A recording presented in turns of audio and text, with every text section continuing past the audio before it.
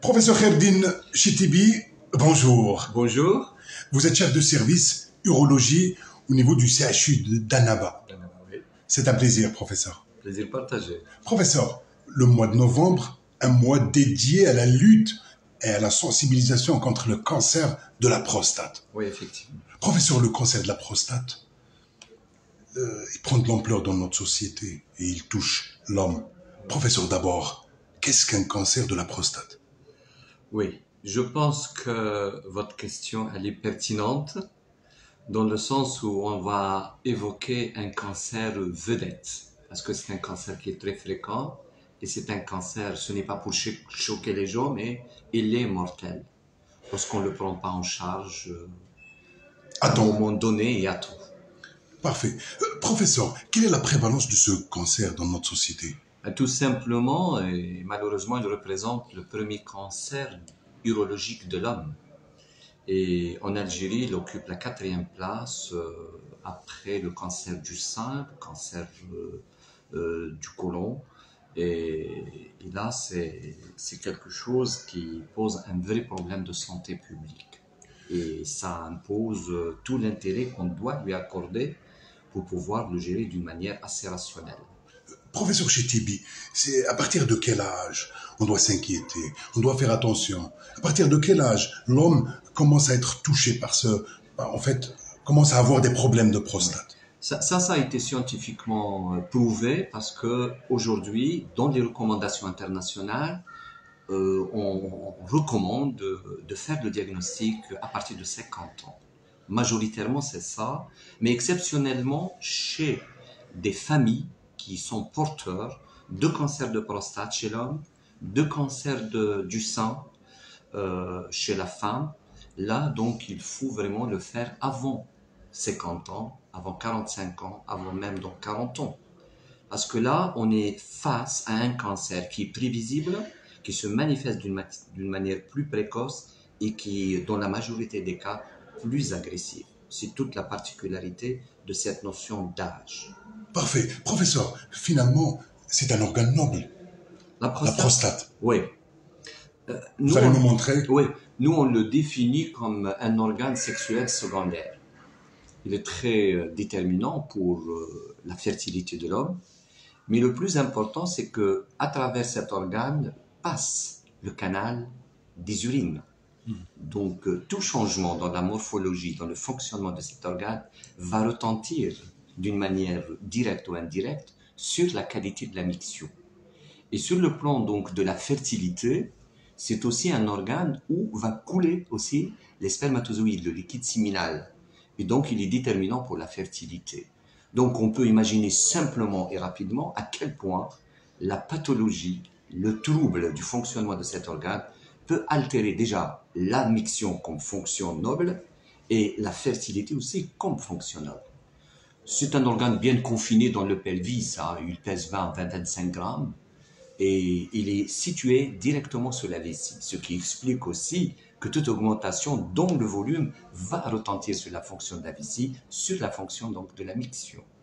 Et ça chamboule la vie de l'homme. Par rapport à la qualité... Dès qu'il y a des problèmes, oui, qualité de vie. Oui, par rapport à la qualité de vie. D'ailleurs, toute la hantise, toute l'hésitation, toute l'inquiétude de nos patients se focalise par rapport à ça. Est-ce que ma sexualité va être aussi normale qu'avant? Est-ce que ma miction va pas être touchée? Logiquement, ce sont les deux éléments majeurs sur lesquels on doit agir avec beaucoup de précautions pour les préserver autant que faire se peut, pour que cette qualité de vie soit préservée. Il y a un impact malheureusement sur... Oui, tout à fait, tout à fait. Mais tout le défi, toute l'excellence dans la prise en charge et la pertinence et l'efficacité, donc elle doit essayer de préserver ces deux fonctions et préserver par conséquent la qualité de vie de ces hommes. Parfait. Professeur Chitibi, quels sont les premiers symptômes du cancer de la prostate? Oui. Alors, les symptômes ne sont pas spécifiques au cancer de la prostate, mais ça oriente vers le cancer de la prostate. Parce qu'on peut les trouver en pathologie bénigne aussi. Le malade, par exemple, peut avoir des difficultés à uriner, peut avoir de la sensation de brûlure, peut se réveiller beaucoup la nuit. Ça s'appelle la pollakiurie, médicalement parlant. Il peut aussi avoir une envie d'uriner d'une manière assez répétée. Il peut avoir des douleurs au niveau du pelvis parce que la prostate, elle est inflammée, elle est malade. Et on peut avoir des symptômes qui sont complètement distants et loin de la prostate et de la vessie. C'est des douleurs au niveau de l'os. Mais malheureusement, à cette étape-là, c'est que le cancer est parti ailleurs. Et là, on est dans une étape critique de la maladie. C'est la chose Stade avancé. Oui, tout à fait, parce que on a des douleurs. C'est un cancer qui aime beaucoup l'os. Donc, on appelle ça donc un cancer ostiophile. Ce sont donc des signes annonciateurs. C'est des signes annonciateurs pour le clinicien averti, surtout dans la tranche d'âge dont on a parlé tout à l'heure, 50 ans, 45 ans, 40 ans, pour les gens qui ont des antécédents familiaux de cancer. Donc, il faut donc vraiment aller prouver qu'il ne s'agit pas, ou bien il s'agit d'un cancer de la prostate qui explique ces symptômes. Donc, professeur Chetebi, dès qu'on a ces symptômes, il faut agir, vite consulter. Bien sûr. Si on a un praticien et à leur tête, qui est donc le maillon fort de tout système de soins, le système de santé qui est le médecin généraliste, si on l'a bien formé, si on l'a bien averti et on l'a mis dans la chaîne de cette prise en charge, je pense qu'on va gagner beaucoup parce que il va être conscient de cette situation. Symptômes urinaires, je suis un sujet de 50 ans, il faut prouver coûte que coûte qu'il n'y a pas ou il y a un cancer de prostate. Et ça, c'est l'étape clé d'une bonne prise en charge et d'un bon comportement, d'un bon clinicien, c'est bien informer, sensibiliser le patient. C'est un rôle primordial de tout médecin généraliste bien formé, bien averti. Parfait. Professeur, parlons des facteurs de risque. Quels sont les facteurs de risque du cancer de la prostate? Oui. Si on doit retenir des facteurs de risque tels qu'il a été rapporté par toutes les études et prouvé même donc par ces études-là, on peut déjà considérer l'âge comme un facteur de risque. Plus qu'on avance dans l'âge, plus qu'on peut avoir un cancer de la prostate. On va dire la race, il a été aussi démontré que la race noire fait plus de cancers de prostate que d'autres.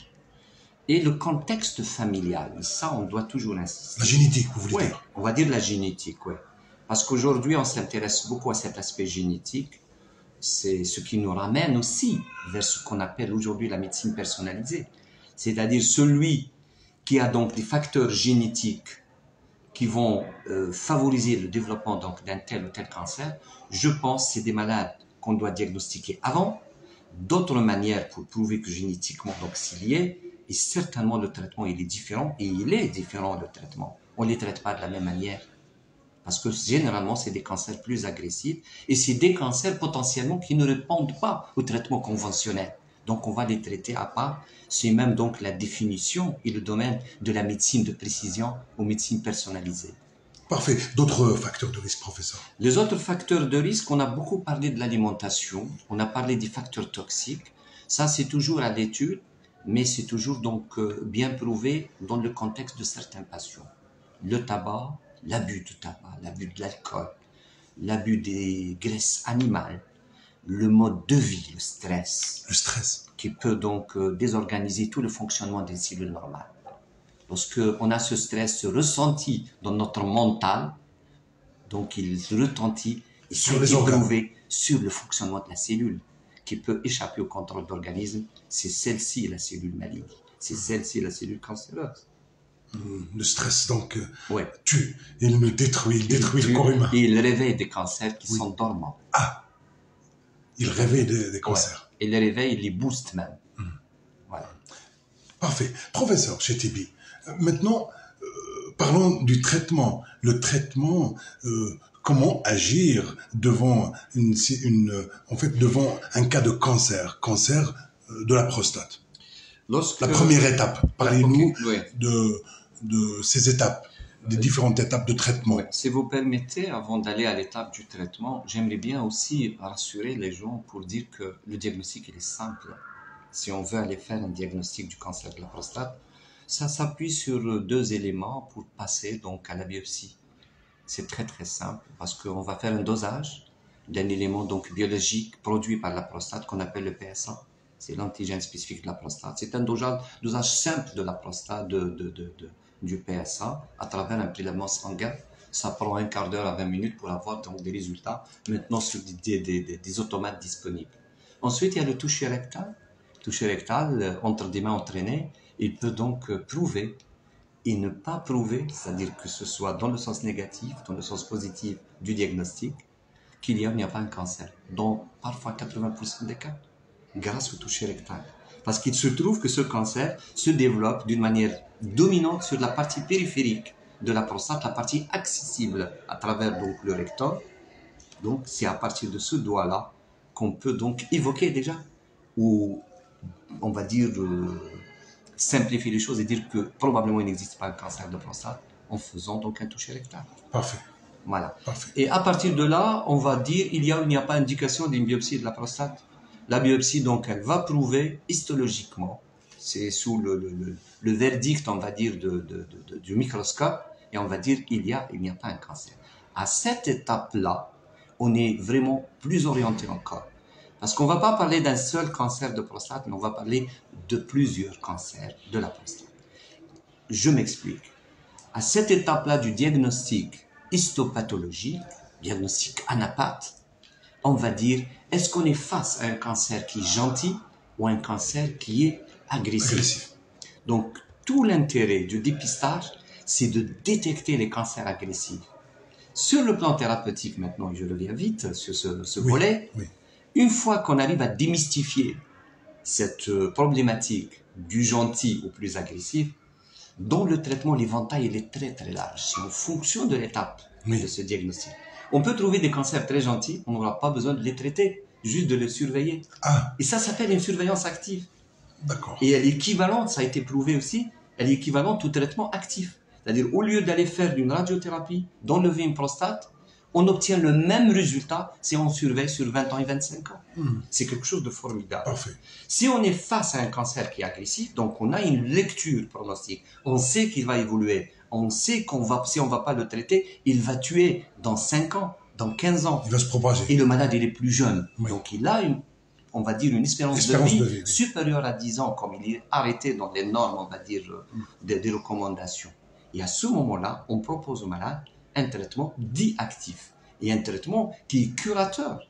Et il y a donc de la radiothérapie, il y a de la chirurgie, la pression de la prostate. On peut associer les deux et ça s'appelle un traitement multimodal. À un moment donné de l'histoire dans la prise en charge du cancer de la prostate, bon, on peut traiter d'une seule manière. Mais aujourd'hui, on a bien prouvé, dans certains cas très agressifs, qu'on associe plusieurs traitements. Ça s'appelle, dans le langage médical, dans l'approche thérapeutique stratégique efficace d'aujourd'hui, un traitement multimodal. C'est-à-dire que ce cancer qui tuait avant, qui est plus agressif, on le rend moins agressif en associant la chirurgie, à l'hormonothérapie, à la chimiothérapie, à la radiothérapie. Et ça, c'est possible. Mais ce ne sont pas tous les malades qui doivent être traités de la même manière. Un élément très important aujourd'hui sur lequel il faut bien insister. Aucun dossier, logiquement, si on veut être pertinent et efficient dans la prise en charge d'un cancer de prostate, ne doit pas être discuté en individuel avec le seul médecin traitant. Donc il faut vraiment le mettre dans le cadre d'une réunion de concertation multidisciplinaire. Ici, là, on va élaborer les meilleurs et on va fabriquer les meilleures décisions. Et le patient, le large public, doit être exigeant. Monsieur, le docteur, vous êtes mon médecin traitant, je ne vous permets pas de prendre la décision seul pour moi. Allez-y, discutez mon dossier et donnez-moi la meilleure option. Et à cette étape-là, le malade, déontologiquement parlant, éthiquement parlant, a le droit de choisir. Et c'est pour ça qu'on parle aujourd'hui d'une décision partagée. C'est-à-dire, on ne peut pas prendre la décision pour le malade. Ça, c'était le temps passé. C'était jadis, on parlait de médecine paternaliste. Aujourd'hui, c'est la médecine individuelle. C'est multidisciplinaire. Oui, dans le cas du cancer de la prostate, il est très très présent ce concept-là de décision partagée. Parfait. Alors, professeur, pour terminer, un message aux citoyens. Le citoyen aujourd'hui, il est plus conscient. Moi, je suis très ravi et je suis très confiant aussi parce qu'il connaît bien les choses, il est bien instruit. Le citoyen algérien, il est devenu plus exigeant. Tant mieux pour nous, tant mieux pour lui, parce qu'on va certainement lui offrir la meilleure option. Et dans la communication avec le patient, c'est un concept de bonne qualité de prise en charge d'un patient. Il faut communiquer, il faut lui donner le temps, il faut lui dire toute la vérité avec toutes les preuves qui peuvent orienter vers le meilleur choix. Prendre le temps, bien expliquer, vulgariser, c'est une exigence qui doit être satisfaite pour le patient et doit être satisfaite par l'équipe qui le traite, l'équipe multidisciplinaire. Même s'il y a un seul interlocuteur qui est généralement le médecin traitant. Faites-vous dépister? Moi-même? Non, un message à la population. Ben oui, ben c'est un message très très fort. Oui. C'est simple, c'est bénéfique, ça peut changer toute votre vie, ça peut vous faire éviter une mort qui était programmée. Merci beaucoup, professeur. C'est moi. Merci d'avoir répondu à nos questions. Je vous en prie. Je rappelle que vous êtes chef de service d'urologie au niveau du CHU d'Annaba. Merci beaucoup, professeur. C'est moi, merci.